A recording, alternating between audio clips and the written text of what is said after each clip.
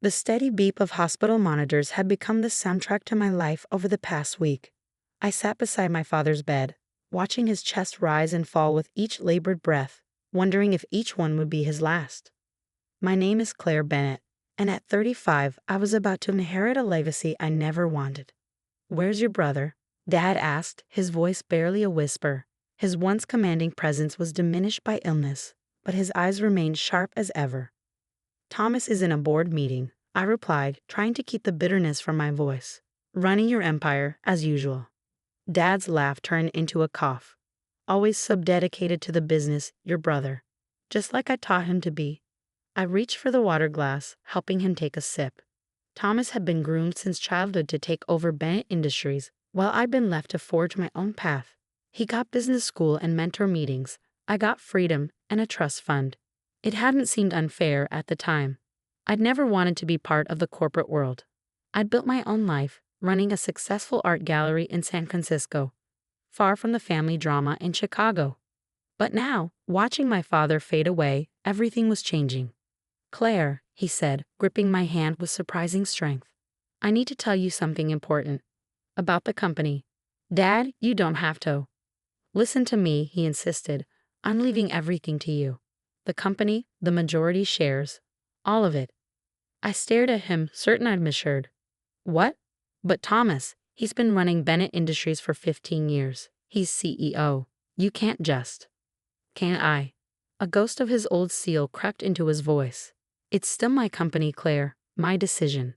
Before I could argue further, the door burst open.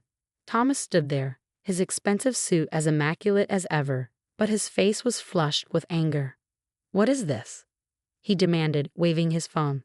"The lawyers just called about changes to the will." "Changes about the company?" Dad didn't flinch. "Your sister will inherit my controlling interest in Bennett Industries." Thomas looked like he'd been slapped. "This is insane. I've given my life to this company. I've tripled our market share, expanded into international markets, and lost sight of what matters most." Dad interrupted. "You've forgotten what Bennett Industries stands for." "What it stands for?" Thomas laughed harshly. "It stands for success, profit, power, everything you taught me to value, everything I was wrong to teach you." The words hung in the air like smoke.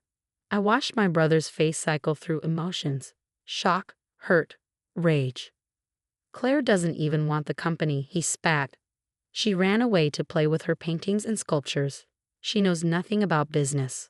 "Maybe that's exactly why she should have it," Dad said quietly. Thomas stormed out, slamming the door so hard the water glass rattled.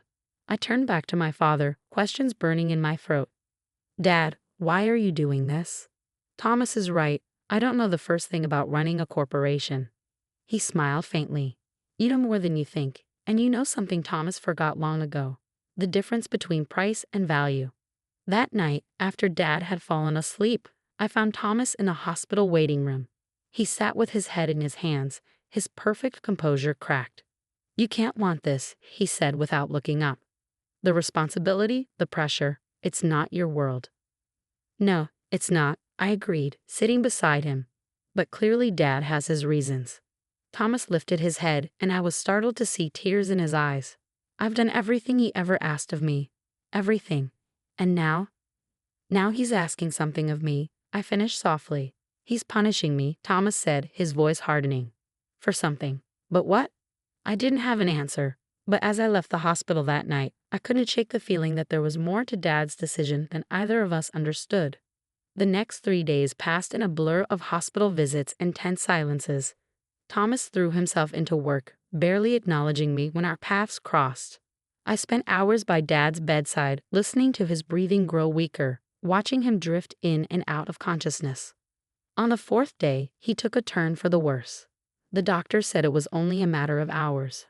As we gathered in his room, Thomas, me, and Wilson Chang, Dad's oldest friend and personal lawyer, Dad opened his eyes one last time.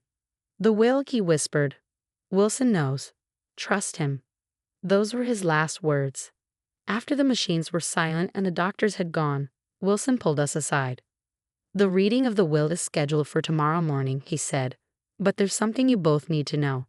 Your father left specific instructions about a letter to be opened before the formal reading." Thomas straightened his tie, already armoring himself. What letter? Wilson produced an envelope from his briefcase. This one, and he was very clear. You must both be present when it's opened. I looked at my brother, seeing my own uncertainty reflected in his eyes. What final message had our father left us? And why did I have the feeling that his earlier announcement about the inheritance was only the beginning? As Wilson broke the seal on the envelope, I realized we were about to find out. Wilson unfolded the letter with deliberate care, the hospital's fluorescent lights casting harsh shadows across his face. The letter was typed, but I recognized Dad's signature at the bottom, strong and decisive, even at the end. My dear children, Wilson began reading. If you're hearing this, I'm gone. But before the will is read, there's something you both need to understand about Bennett Industries and about each other. Thomas shifted impatiently beside me, his fingers drumming against his designer suit pants. 30 years ago, Wilson continued, this company was nothing but an idea shared between two young men, myself and Wilson Chang. We built it from scratch, working out of a garage, surviving on coffee and determination. Wilson handled the legal side while I drove the business forward. We were unstoppable. I glanced at Wilson, seeing emotion flicker across his usually stoic face. But success changes people. 10 years into our partnership, I betrayed my best friend. I found a way to dilute his shares, to push him out of the company we built together. I told myself it was just business. I was wrong. Thomas went very still. Wilson could have destroyed me. He had evidence of what I'd done, enough to ruin me legally and publicly. Instead, he chose to walk away. He became my personal lawyer, keeping my secrets, watching as I taught my son the same cutthroat principles that had corrupted me. Dad, what are you saying? Thomas interrupted, his voice tight. Wilson held up a hand, continuing to read. I've spent 20 years regretting what I did, watching my son become harder, colder, more focused on profit than people. Watching my daughter grow distant, sensing perhaps that something was wrong at the heart of our family legacy. My throat tightened as pieces began falling into place. So here's the truth. Wilson Chang owns 30% of Bennett Industries, has owned it since the day I betrayed him.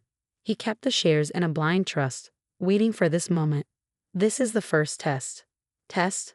Thomas and I said simultaneously.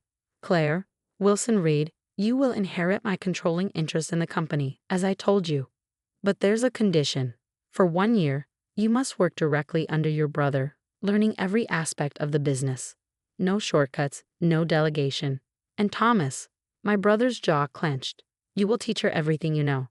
If you refuse, or if either of you fails to complete this year of collaboration, Wilson's 30% share will be donated to charity, splitting the company's control and effectively ending the Bennett family's ownership. This is insane, Thomas exploded. He can't do this. He already has, Wilson said quietly, setting down the letter. The paperwork is ironclad. I sank into a chair, my mind spinning. So either we work together for a year, or we both lose the company? Precisely, Wilson nodded. And I'll be monitoring your progress personally. Thomas paced the small hospital room like a caged animal. I don't understand. Why would he do this? Why now? Keep reading, I told Wilson. There had to be more. My children, Wilson continued, this year isn't just about learning the business. It's about learning from each other. Thomas, your sister has qualities you've forgotten. Compassion, creativity, the ability to see beyond the bottom line. And Claire, your brother's dedication and business acumen are real, even if his methods sometimes aren't. I watched Thomas's face as the words sank in. For the first time, I saw uncertainty crack his confident facade. You have 1 hour to decide, Wilson Reed. Accept these terms and begin working together tomorrow, or walk away and let Bennett Industries become something entirely new. The choice is yours. The letter ended there.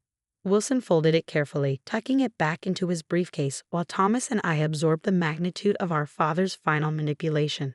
1 hour, Wilson reminded us gently. I'll be in the cafeteria when you've made your decision.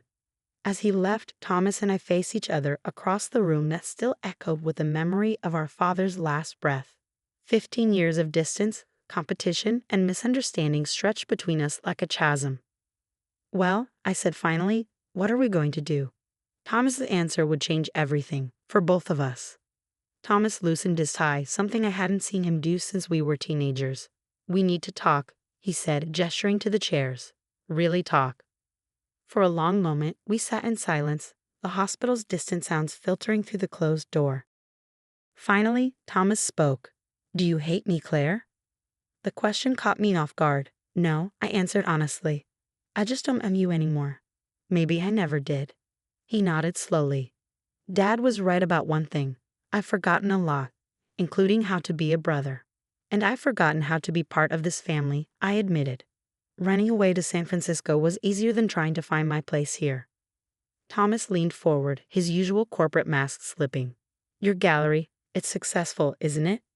I see the write-ups sometimes." "Very," I said, surprised he knew. "We represent some of the best contemporary artists on the West Coast." Last year's revenue was. I caught myself falling into business speak and laughed. "Listen to me. Maybe I learned more from Dad than I thought." A ghost of a smile crossed Thomas's face. "Maybe I could learn something from you too." The weight of our father's challenge hung between us. 1 year of working together, learning from each other, or losing everything he built. "If we do this," I said carefully, "there'd have to be rules. Real collaboration, not just you ordering me around while I nod and smile." "Agreed," Thomas replied. "And you have to be serious about learning the business. No shortcuts, no pushing responsibilities onto others." "I want to keep my gallery," I countered. "I'll commute if I have to, but I won't give up what I've built." Thomas considered this. Maybe there's a way to integrate it. Bennett Industries has never had an arts division. Corporate collections, public installations, it could open new markets. I blinked, surprised by his willingness to think creatively. "That's actually not a bad idea." He straightened his tie, business mode re-engaging. "We'll need a structured training program. Department rotations, board meeting exposure, financial deep dives." "And cultural changes," I interrupted, "starting with how we treat employees. Some of the stories I've heard." "Fair enough," he conceded. "But any major changes need data to back them up. This isn't a charity." "No," I agreed, "but it doesn't have to be a machine either." We spent the next 40 minutes outlining a rough plan, surprising ourselves with how well we worked together when we actually tried. When Wilson returned, we were ready. "We accept," we said in unison. Wilson smiled, looking relieved. "Good, because there's one more letter." He produced another envelope, this one handwritten rather than typed. As he read, our father's voice seemed to fill the room one last time. "My dear children, if you're hearing this, you've chosen to work together. It's the first wise choice you've made as a team, and I'm proud of you both. But here's what you don't yet know. The real test isn't about the business at all. It's about healing what I helped break, your relationship as siblings." Thomas and I exchanged glances as Wilson continued. "The company will prosper or fail based on your decisions.